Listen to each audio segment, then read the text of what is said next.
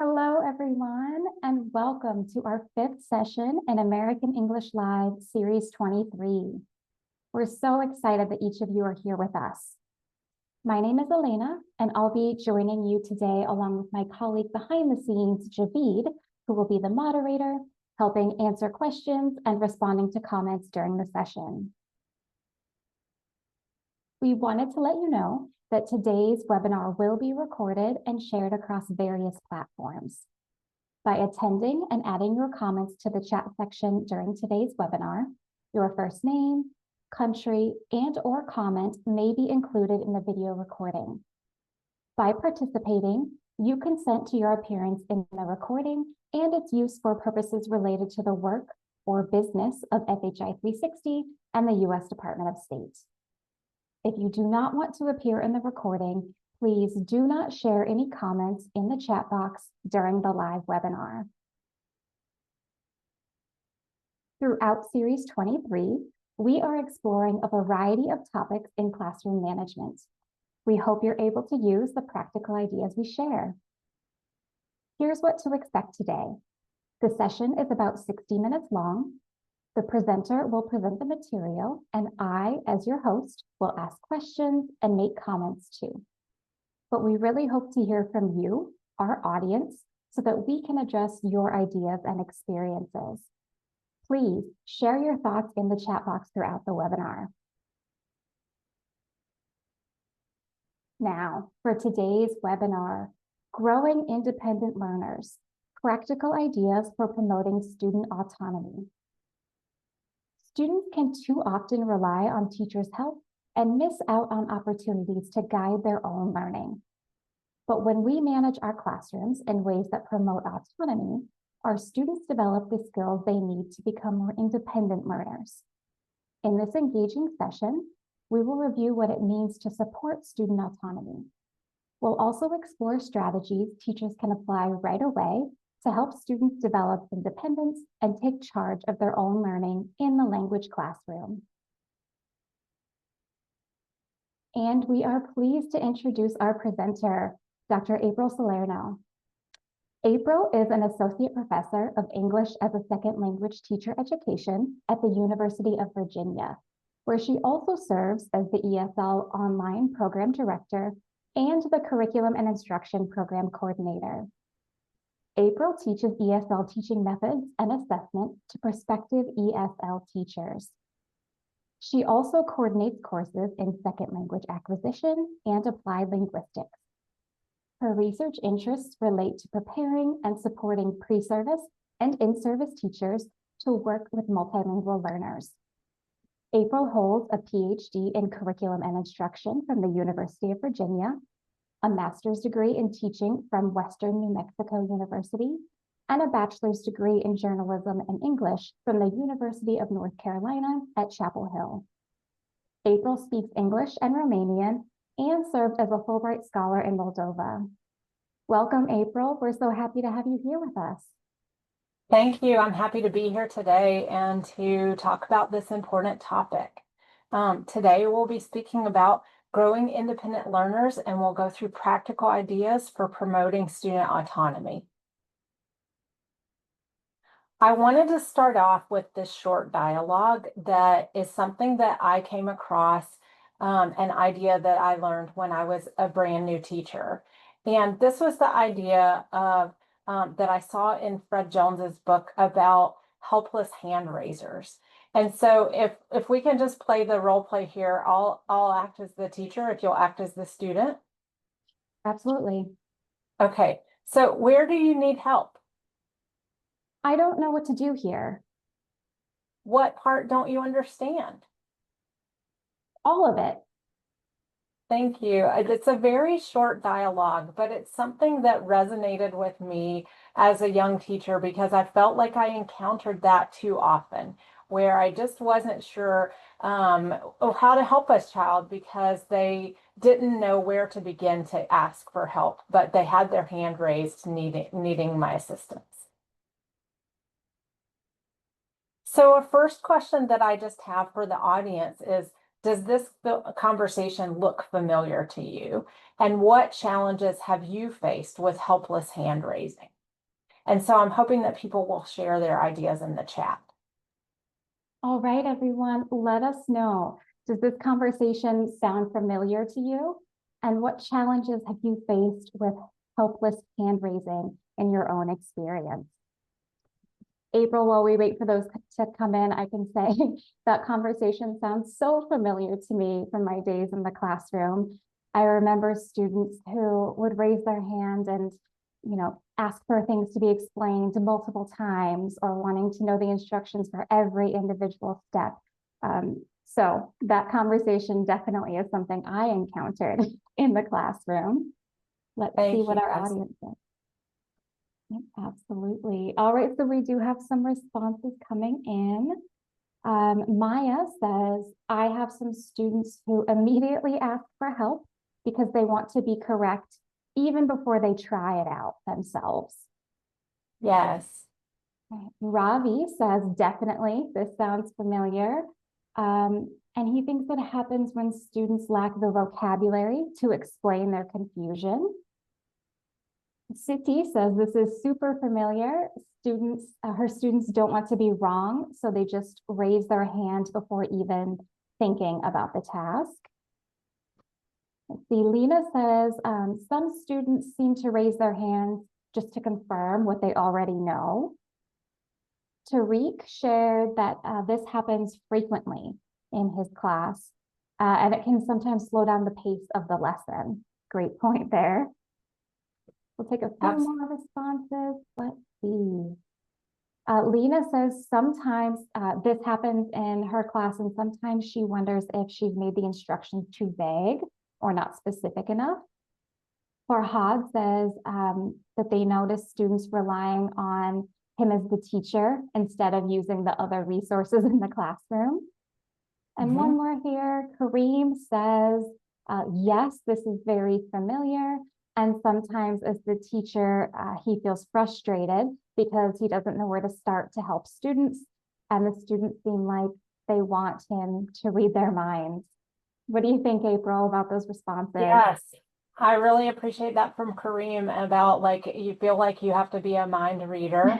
And it can be really frustrating as a teacher because you want to help them but don't necessarily know how.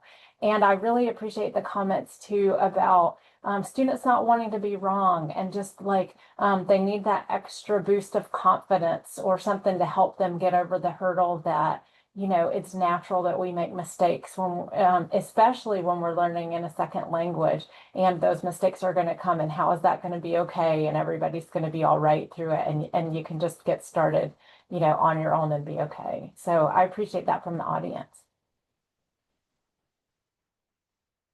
So to go over just our agenda for this session, in this session, we will learn about student autonomy.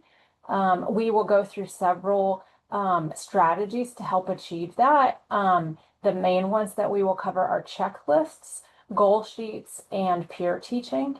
And I wanted to highlight for the audience too that I view this topic of student autonomy as really going hand in hand with classroom management in sort of a cyclical way, in that student autonomy, when we encourage it and allow it, can really help us to have a more organized classroom. And then I also think that when we're managing our classroom well, it also creates a space that naturally allows learners to practice autonomy. So it's almost like in this, the rich get richer as we practice this. And so I just feel like that's just benefits keep coming. So I'm excited about that.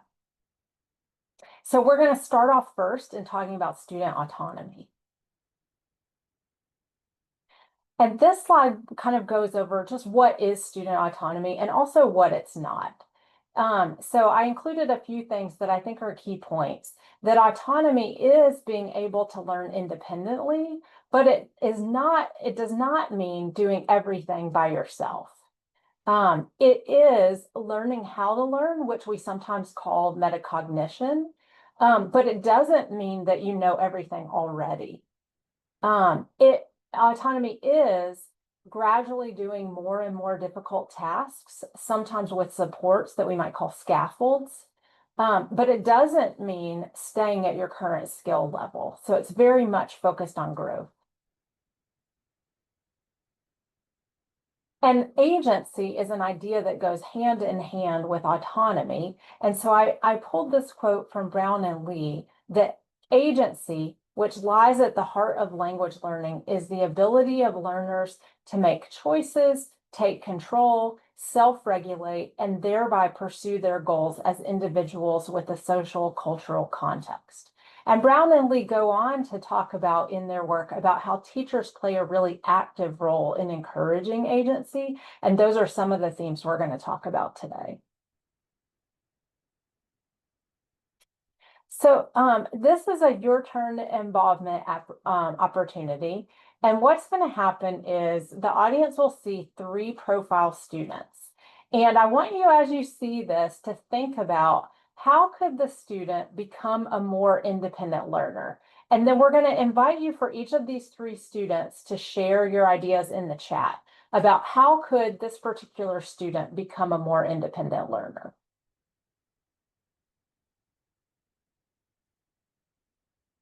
So the first profile student that we have here is Ideal. Ideal has many questions about every activity. Before he will start on an assignment, he wants to know lots of details about what will happen.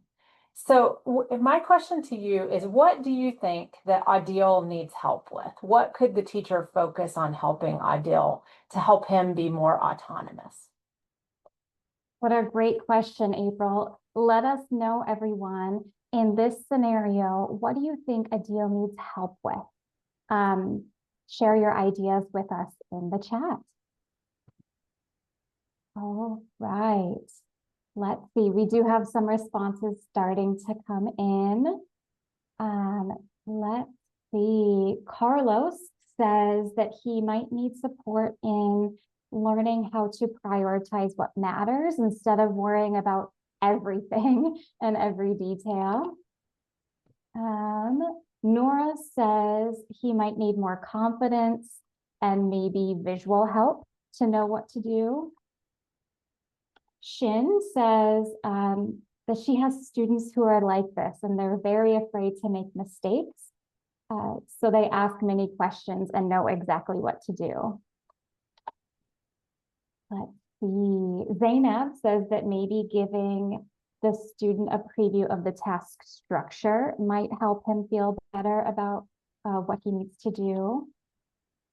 Leo says that he would say that the student needs help with strategies for asking focused questions instead of trying to understand the whole process. Aisha has a similar idea, saying maybe helping him identify what's essential and required versus just extra information. Let's see, we'll take just a couple more here. Mateo says he might need help with open-ended tasks and knowing where to start. Samuel says he might need help learning how to manage ambiguity and understanding not everything can be explained in advance. And finally, one comment here from Olga says, I think Adil might need to build problem-solving skills. Instead of trying it first, he seems to want the teacher to solve every issue. So maybe working on those problem-solving skills would help him. What do you think, April?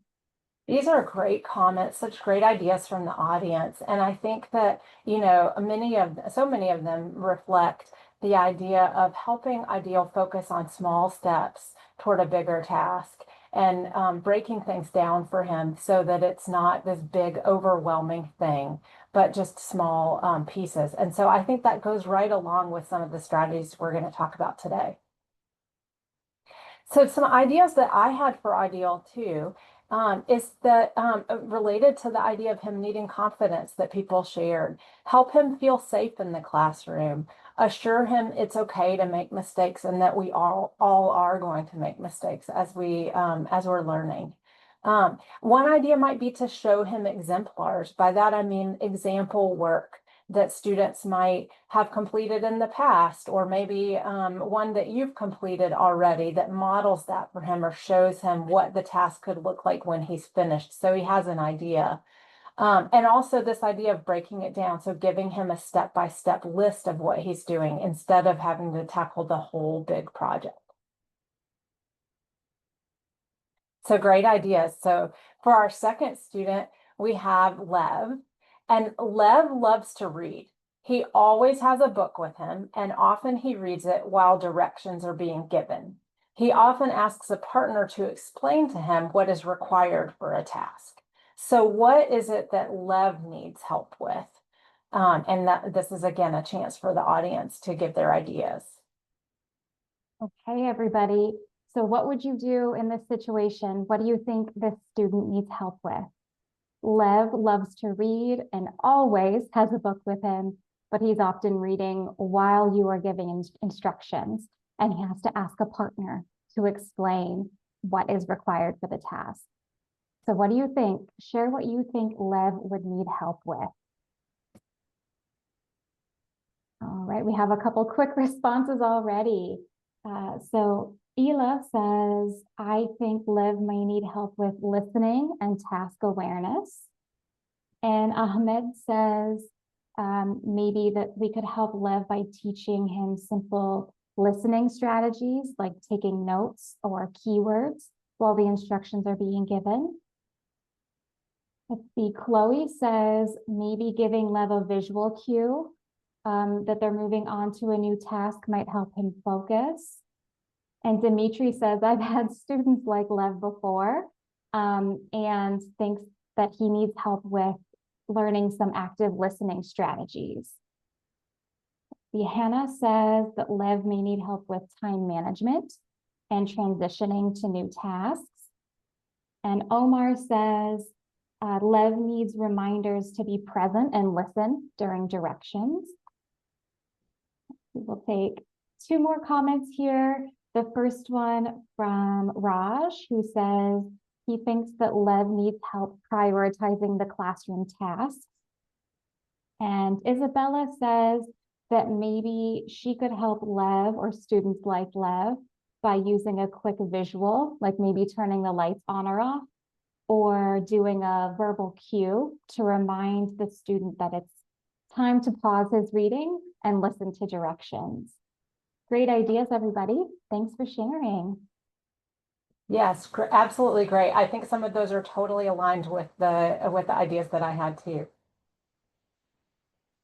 The ones that I wrote down were maybe to talk to him privately about when reading is appropriate or not. So maybe just have a private conversation with him about it when it's not in the moment. And encourage his reading. We want him reading, right? So this is a great thing that Lev is doing. So, and just encouraging it at the right timing. And I think several of the participants, like Chloe was one of them, mentioned about transitions. We were right on the same page with that idea to help Lev with the transitions, maybe by giving him a warning. I liked the idea about turning the lights off, you know, like here's just another visual cue that we're moving on to something else now. So it's time to switch. And also maybe appointing students to share the directions and sometimes put him in charge. I'd give him a warning first, but this way he knows that he's going to have to be listening and he can't just turn to other people to help fill in the gaps, that he has a job too in explaining the directions to others. So great ideas from everybody about Lev. And our third student is Fang. Fang has great ideas and often knows the answers to your questions, but she complains anytime she's asked to work with a partner. So what is it that Fang needs help with?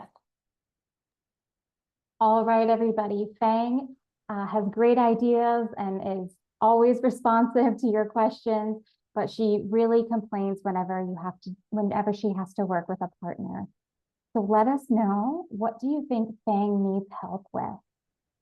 And while we wait for those responses to come in, April, we did have a comment about the last question, just saying that they had students like Lev and who are very bright, but had that similar issue. And so they're really thankful for those ideas that you shared. Great. All All right, and we do have some ideas coming in about how to help Fang now.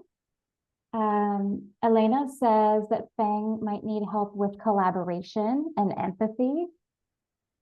Ravi says that Fang might need help building social skills. So not just knowing the right answer, but sharing it and listening to others. Mohammed says maybe she needs more help in learning how to work with partners. Grace says maybe Fang has had negative experiences in the past, and so she needs help building trust when working with partners in the future. Luca says that Fang might need help with communication skills and learning how to compromise. And finally, Shin shared that maybe if Fang is at a more advanced level than her partners, she needs to understand that working with partners at a lower proficiency level is also beneficial for her own learning. What do you think about that, April?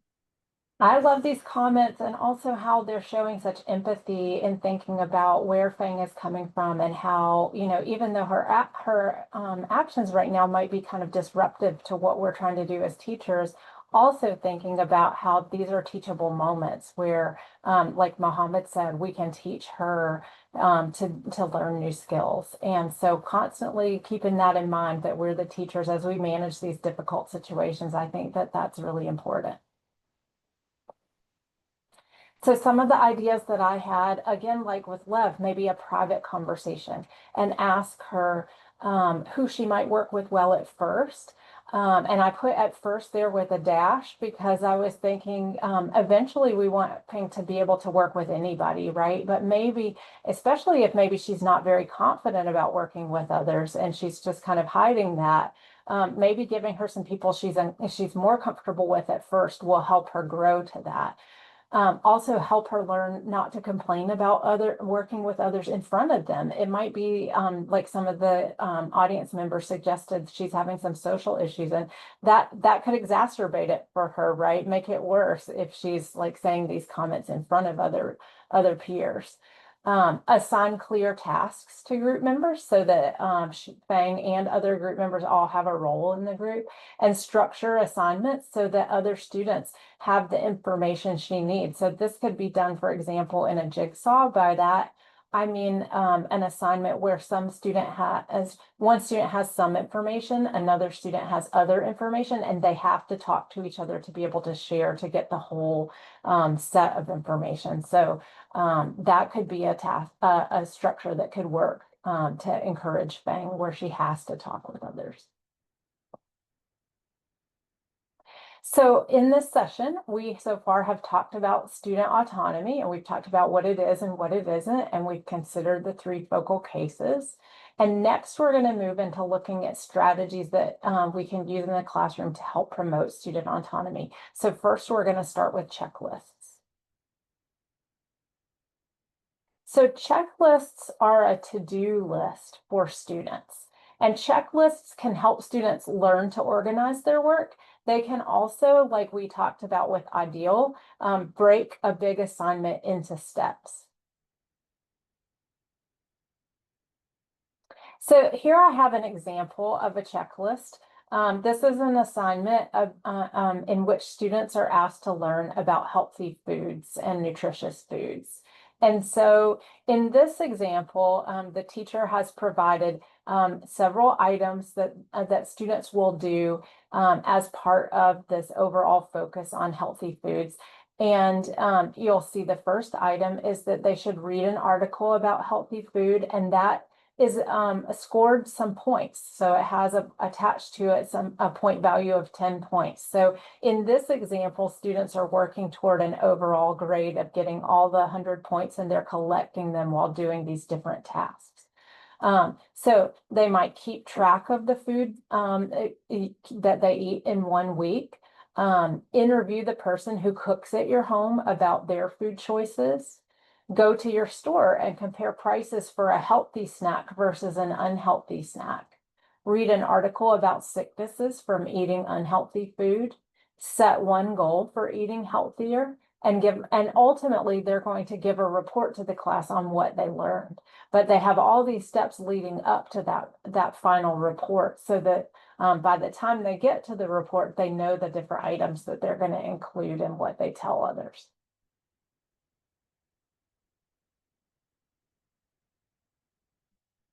So your turn, in terms of a checklist, your students will write a research report on an animal that lives in the oceans and will deliver a presentation to the class. So I want to ask the audience, what is one step that might go on a checklist for this task? If the big project is about an animal that lives in the ocean, what are the steps that students might have on a checklist that leads up to that big overall task? All right, everybody, it's your turn. What do you think if you had this task where students had to write a research report on an animal that lives in the ocean and then deliver a presentation to the class? What's one step that you could put on the checklist to help guide students through this activity and this project? Let us know. All right, Emily said that they would choose an ocean animal and write its name. Okay.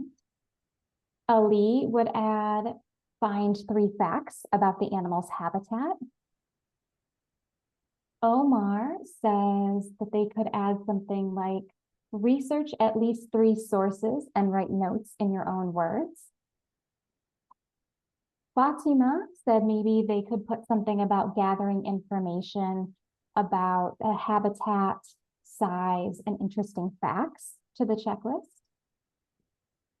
Let's see here. Priya says they would add an item that says include at least 1 picture or diagram of the animal. Felix says they would add an item about creating the poster or a slide to show during the presentation.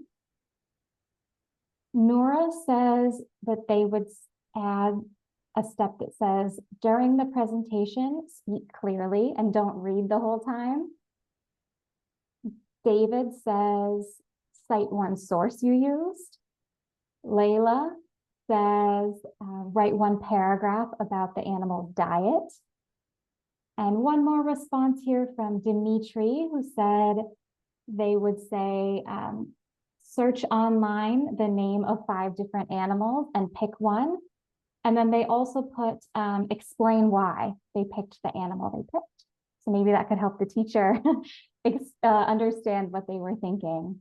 Great ideas, Yes. everybody. Back to you, April. Yeah, I love that idea of having them explain why they picked the animal, right? And several people mentioned as a first step, just having them do something to pick the animal and then tell about it. And then lots of great ideas that ultimately lead to the final project, right? Collecting information, finding interesting facts, creating some kind of visual that can be shared while they present.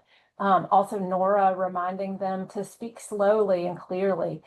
You can definitely use the checklist to highlight specific learning objectives that you have for students, or if there have been tasks that have been particularly hard for students in the past, you might, put that on your checklist and decide, how you want to score it. Maybe you want students to give it more attention, so you give it more point value too. So I love these ideas that they're all leading to this ultimate final report on an ocean animal. These are just some ideas that I had, and I think a lot of them match well with what our audience has suggested. First, picking the animal, reading some articles that tell about the animal, looking at websites that give information, and then also having them, keep a record of those as to write them down so that ultimately they could create a reference list or learn how to do that, how to cite the sources that they're looking at. Drawing a picture, creating a sign or slides, those go right along, I think, with the ideas that were suggested. Practice presenting. So like do it once before you do it in front of the whole class so that you've had a rehearsal to make sure things are going well. And then, ultimately doing your presentation. One idea that I had for an extension on checklists is that eventually students can learn to write their own checklists, right? And that's helping them move toward becoming more autonomous. So at first, maybe the teacher is giving them all the items on the checklist. Maybe the student even stops to think about one item that might help them to add a piece of information that's specific to their learning interest. But ultimately, the student might be able to take a big task and then divide it into chunks themselves without that input from the teacher. And that's kind of the ultimate goal. April, before we move on, I just wanted to say we had a wonderful comment come in from a participant that I wanted to share out.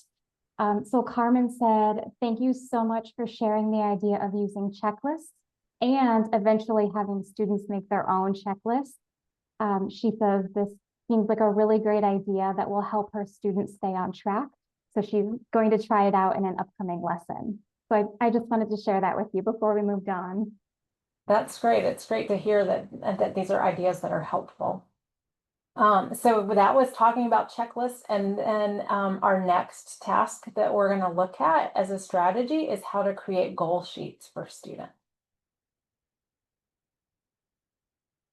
So goal sheets, the teacher introduces a topic and asks students what they want to learn about that topic. So goals can help students take interest in the learning, and also they can enable students to identify key ideas. And one adaptation that's possible here, there's some flexibility because goal sheets, even though sheet sounds like a sheet of paper, they can be done with the whole class up on a chalkboard, or they can be done individually in notebooks or online. So there are different ways that you could structure this depending on, do you want each individual student to follow their own goals? Do you want a group of students to work on a set list of goals? Do you want the whole class to be working on this? So you can structure it differently depending on your needs or interests. I've provided here an example of what a goal sheet might look like. This is a teacher has a unit coming up about the American 250th anniversary, which is coming up next year. And so in this example, the blue on the left provides a blank goal sheet. So the student fills in their name, and the intro text says, during this unit, we will be learning about American culture as the USA prepares for its 250th anniversary. 3 things I want to learn about American culture are, and then the student just has time to fill those in. And in the orange box, Juliana has listed her 3 goals that she wants to learn how American government is structured. She wants to learn what holidays Americans celebrate, and she wants to learn what American geography is like. So this is helpful information for the teacher too, because it also helps you to quickly identify what are the things that are really interesting for the student and what is it that they care about. And I have a note box down at the bottom that for young learners or beginners, one way you could adapt this, if they're not ready to write out the goals themselves from, just from thinking about them, you could give them some choices and let them select which goals are most interesting or most valuable for them. So that could scaffold it if they're not ready to do the whole goal, open-ended goal sheet by themselves. And another extension idea is that goal sheets can also be combined with checklists. So in what I mean by this is the Juliana here has her 3 goals. Then she could either on her own or with you develop what's a checklist to help her accomplish those goals. So what checklist could help her learn how American government is structured? And she could map that out so that the 2 strategies can be combined that way. So this example is your turn. So this is a blank goal sheet, and the task is, during this unit, we will learn about applying for a new job in English. 3 things I want to learn about applying for jobs are, and so I'd like you to fill in here what could be a goal that could go on this goal sheet that you might suggest to students if they're needing help choosing a goal. Let us know, everybody. how could students fill in this goal sheet? What's one goal that they might add to their own sheet to help them guide them throughout this activity? Share your ideas with us in the chat. And April, I think this is such a fantastic approach to help students really take ownership of their own progress and their own learning. I can see so many ways that students could really personalize this for their own unique goals too. So thank you so much for sharing. And I'm excited to see what the audience thinks that their students might be able to add to this goal sheet. All right, let's see. Sarah said that they might add, I want to learn how to write a resume. Xiao is similar. They said, I want to write a CV. And they added also how to answer interview questions and introduce themselves professionally. Hassan says, I want to practice job interviews in English. Sophia had the idea to add how to write a cover letter, how to explain my work experience, and how to ask job-related questions politely. Very good. Lily says, I want to learn new vocabulary for job applications. Great. Ravi says they would add how to write a professional email and how to explain why I want the job. All right, and we'll take one more here that just came in from Nina, who says, I want to know what jobs I can apply for. So maybe just finding the jobs in general. Great ideas, everybody. Thanks for sharing. Yes, I love these ideas. And there are so many different aspects of job searching. And this, with the goal sheet, it helps the teacher to know pretty immediately what is the need that's greatest for the student as they go about this. So great idea. A few that I had, this is an example one where Svetlana has filled in the goal sheet, and these I think resonate with what the audience has suggested. Svetlana wants to know how to fill in an application, how to answer interview questions, and how to ask for a letter of recommendation. So skills that can really require advanced language skills, and where you really want to sound your best and sound professional, come across with the right tone. So these are great ideas. The teacher could next help the students then write checklists for learning these goals in that way that we talked about, how they can be combined. And another idea is that students might keep portfolios demonstrating their work as they work toward achieving these goals. And so that gives you something that you can use to assess their work at the end, and that also shows their progress toward the goal. In this case, if they were actually working toward creating materials for a job application, then they would walk away with that portfolio that they could really use in the job search. So it could become an actual tool for them. So far in the session, we've talked about what student autonomy is and what it isn't. We've learned about checklists as a strategy and goal sheets. And now we're going to turn next to peer teaching. So in peer teaching, assignments that are usually taught by the teacher are modified, and students then teach them to each other. So peer teaching can give students more opportunities to speak, and it can also help students learn material better because they must be able to explain it to someone else. So in this example, I have taken Juliana's goal sheet. If we remember back the example that we had about America's 250th anniversary, and these were the 3 goals that Juliana had said that she had expressed, that she wanted to know how American government is structured, holidays that Americans celebrate, and about American geography. And so now students in the class are going to sign up to teach on one of these 3 goals.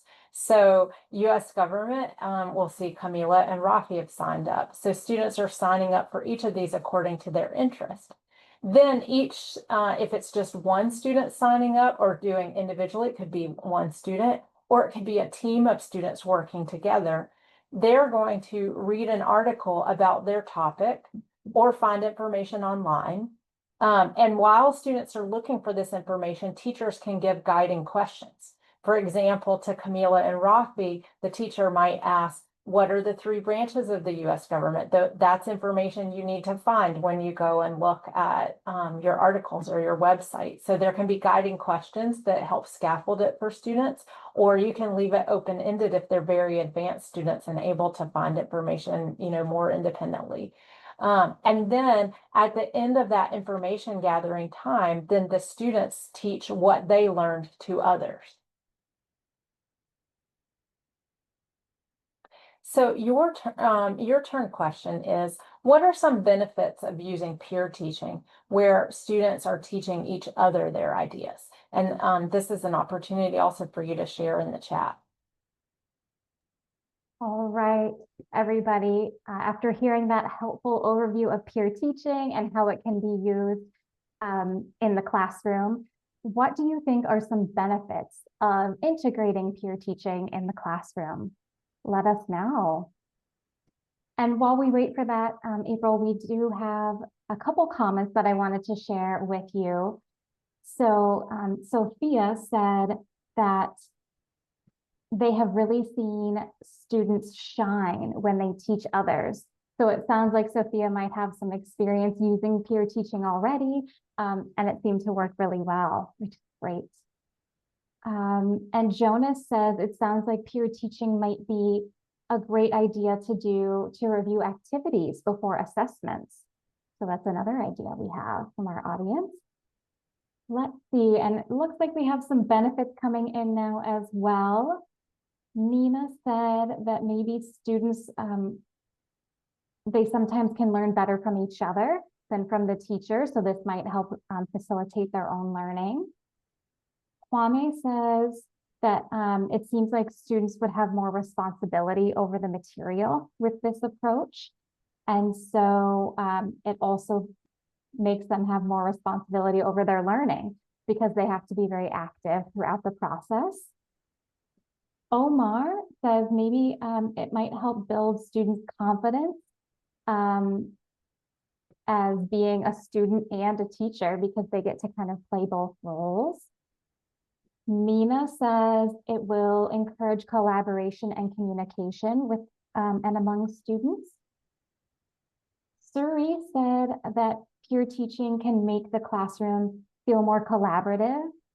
It might help students become more natural in helping each other rather than waiting for the teacher to help everyone all the time. Leo says that this might make his students feel more comfortable asking questions because they get to ask a peer instead of the teacher. And we'll take one more comment here from Rashid, who says that peer teaching would give students more chances to use English, and it can also help build their confidence because they get more practice. Thanks for sharing those great ideas, everybody. Back over to you, April. Yeah, I love how so many of them center around student confidence. And remember, that's something that we started out in the very beginning talking about with Ideal. How are we going to help him be more confident? And these are, tasks that he can go about doing and then gain that confidence. And as the one opening comment said, like, it really gives students a chance to shine. And so I really like that as kind of like a summary idea of it, just building their confidence, helping them shine. Some benefits that I included here too that I was thinking of is that students have a choice of topics, so we can let them have some autonomy in choosing what topics specifically they want to explore. That can give students a feeling of ownership or accomplishment, that they can see that they're accomplishing something. People talked about the English practice. It's a chance to speak, and so they're getting that speaking practice. There's time efficiency here too, because you can divide up the tasks so that different students are learning different pieces and teaching others, so that everybody doesn't have to do everything all at the same time, which can help with that classroom management piece too. One option for this is that it can be done in pairs or small groups or with the whole class. So if you have students who are really like early in building that confidence that we've talked about, maybe just pairs is fine, just with one other partner. And then eventually maybe they're working up to presenting to a larger group or eventually to the whole class, but it doesn't have to happen right away. Another extension idea is that you might encourage students to share their peer teaching at home with their families. This is a way that you can connect with families and they get a chance to see what their child or student is learning at school and how they're progressing in their English skills, getting to see that they are presenting themselves. So in this session, we've learned about student autonomy. We talked about 3 strategies for building student autonomy with checklists, goal sheets, and peer teaching. We talked about how student autonomy and classroom management can be so beautifully intertwined with one supporting and building the other.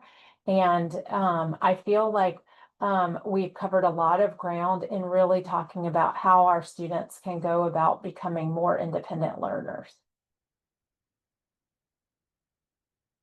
So some closing advice that I will just offer to participants is to be patient in this work.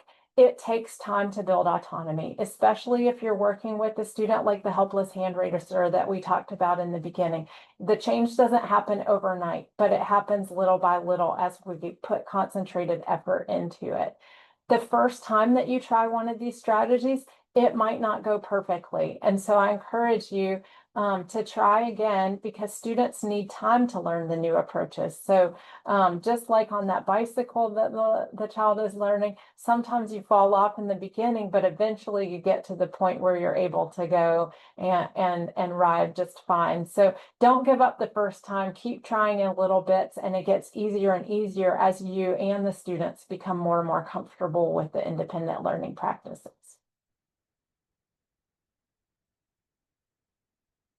And finally, one last your turn. As we close, what is one strategy you're going to try out that you take away from today to help your students become more independent?